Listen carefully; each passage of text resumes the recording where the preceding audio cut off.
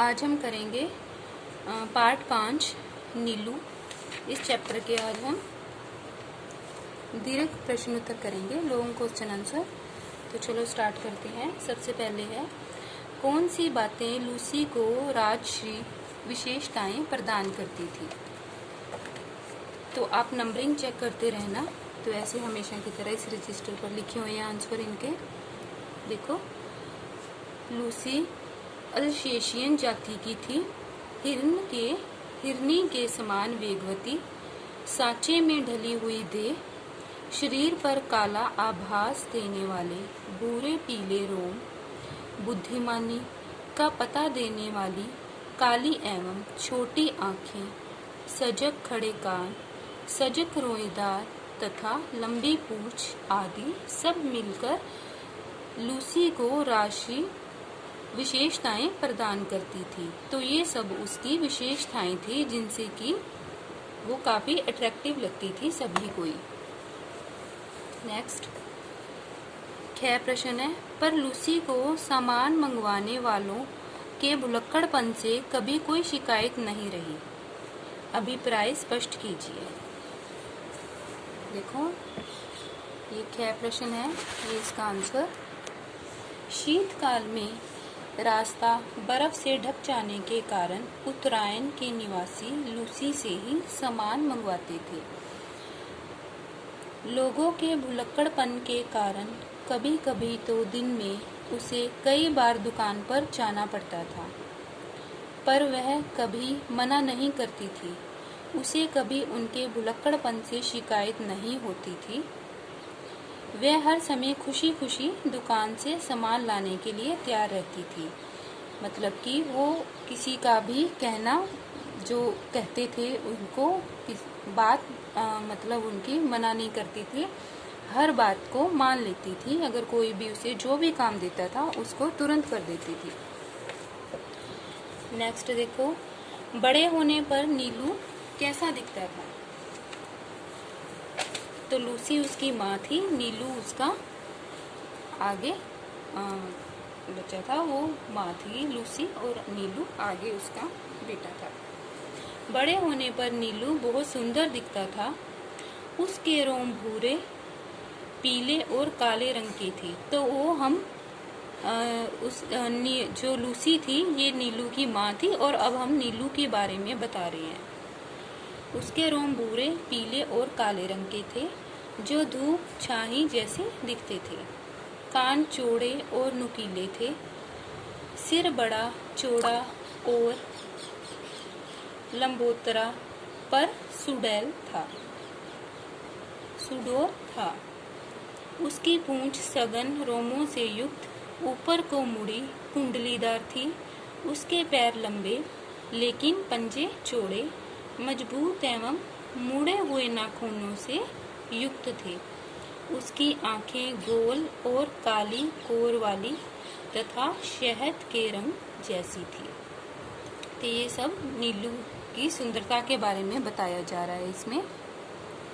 आगे देखो, घ प्रश्न है, कुत्ते के दैन्य से रहित और उसके लिए अलभ्य दर्प से युक्त मैंने केवल नीलू को ही देखा है।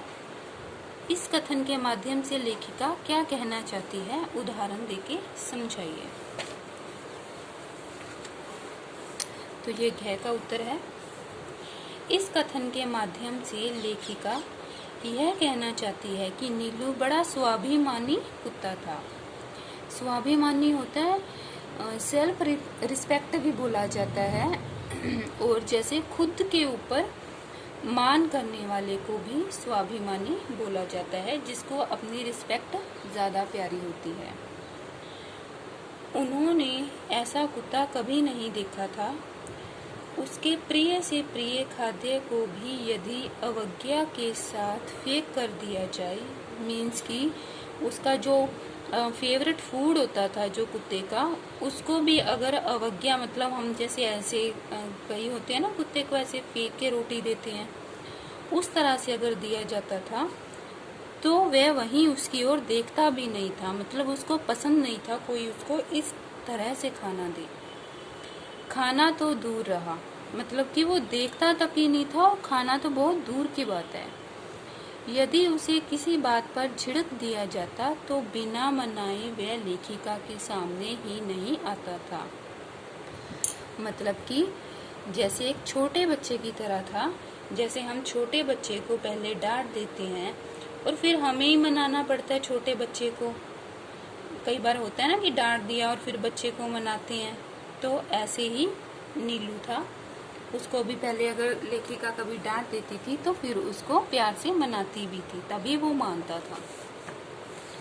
आगे देखो, पशु पक्षियों के साथ हमारा व्यवहार कैसा होना चाहिए। देखो, सॉरी, एक बीच में क्वेश्चन छूट गया, डैक आएगा, ये वाला रह गया था। नीलू का ध्वनि ज्ञान विस्तृत था, उदाहरण देकर इस कथन की सत्यता सिद्ध कीजिए। देखो, डैक का प्रश्न उत्तर है ये। कुत्ते भाषा नहीं जानते, केवल ध्वनि पहचानते हैं। मतलब कि आवाज ही पहचानते हैं। नीलू का ध्वनि ज्ञान इतना विस्तृत और गहरा था कि उससे कुछ कहना भाषा जानने वाले मनुष्य के समान हो जाता था।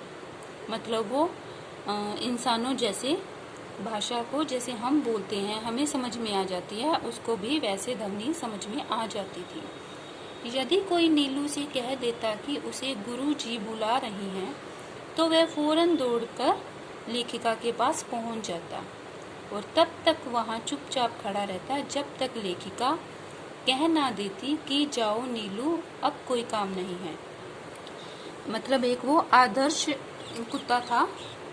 वो आवाज तो पहचान ही लेता था और साथ ही साथ अपने जो उसकी मालकिन थी, गुरुजी जिसको बोला गया है लेखिका को, उनका भी सारा कहना मानता था।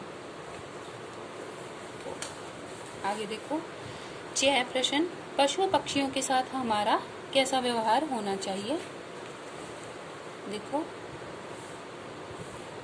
6 का उत्तर है, पशु पक्षियों के साथ हमारा व्यवहार प्रेम पूर्वक तथा मानवता पूर्ण होना चाहिए, क्योंकि उनके अंदर भी प्रेम व अपनत्व की भावना होती है, मीन्स अपनेपन की। उनके साथ यदि हम प्रेम या सहानुभूति का व्यवहार करेंगे तो वह भी सहृदयता तथा समझदारी का परिचय देंगे।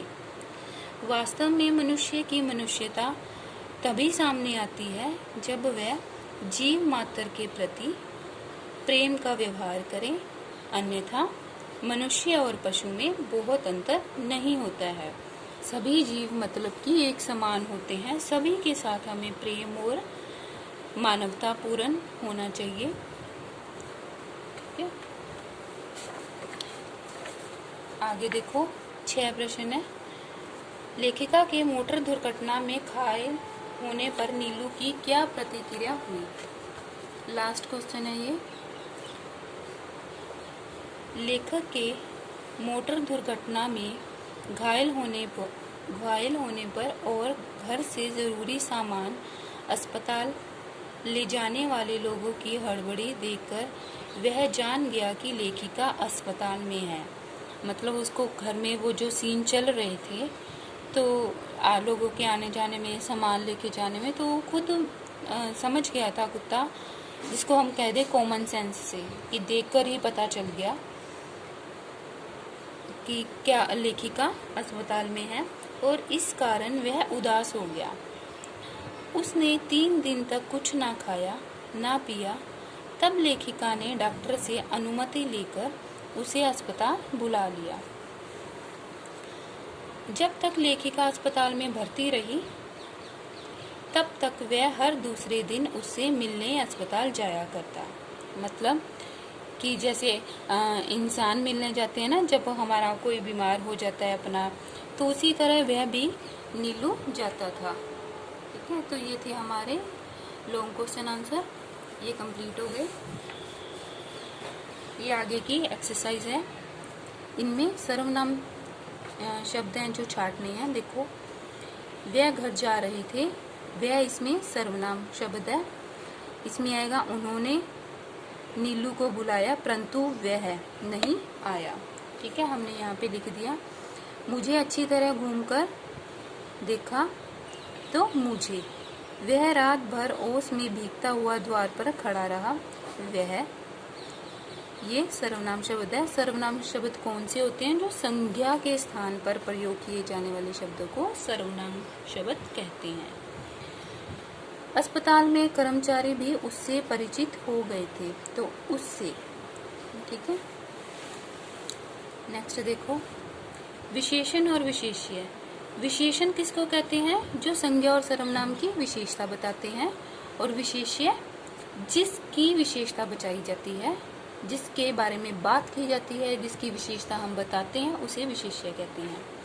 तो ये आपके चैप्टर में से ही लिए गए वर्ड हैं। जैसे चतुर किसको बोला गया है? नीलू को। वेगवती लूसी को। तो वेगवती उसका विशेषण हो गया, और लूसी विशेष्य जिसके बारे में हम बात कर रहे हैं, जिसकी विशेषता वेगवती हुई, उसकी विशेषता हुई है। बुद्धिमान विशेषण हुआ, और पत्नी विशेष्य।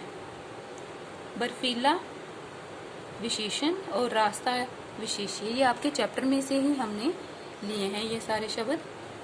चंचल विशेषण है, विशेष्य शरीर। जंगली का पशु, काली आंखें, कड़वी दवा। पर्यायवाची शब्द, धरती को और क्या कहते हैं? पृथ्वी और वसुधा। कुशलता, दक्षता, निपुणता। अभिमान, घमंड, अहंकार, आरंभ, सूत्रपात, श्री गणेश। उपसर्ग और प्रत्यय। उपसर्ग कौन से होते हैं? जो आगे लगते हैं, ठीक है। तो हमें इनको ऐसे ऐसे डिवाइड करना है, उपसर्ग प्लस मूल शब्द, ठीक है। उपसर्ग को अलग करेंगे और जो मूल शब्द है उसको हम अलग करेंगे।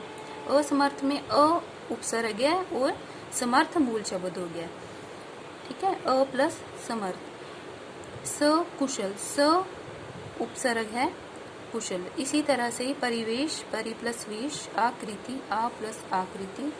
नुकीलापन, नुकीला प्लस पन। धार्मिक, धर्म प्लस इक, धार्मिक। ई की मात्रा होती है तो इसमें ऐसे छोटी ई की आ जाती है।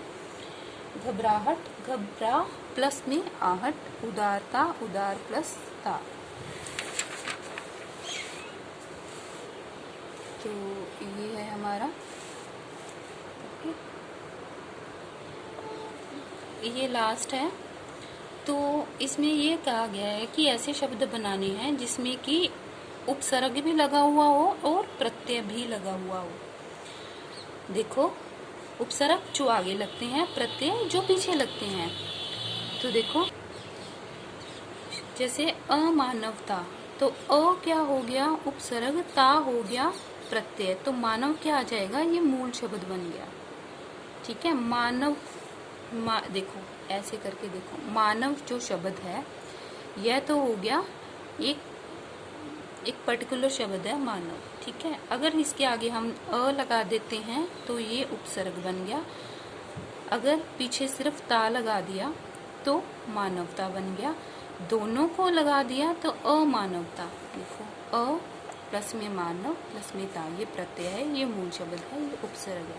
इसी तरह ये अपमानित, अपमानित, ठीक है, ये ऐसे। स्वाभाविक, स्वाभाविक, ठीक है। तो ये हमारा चैप्टर खत्म होता है।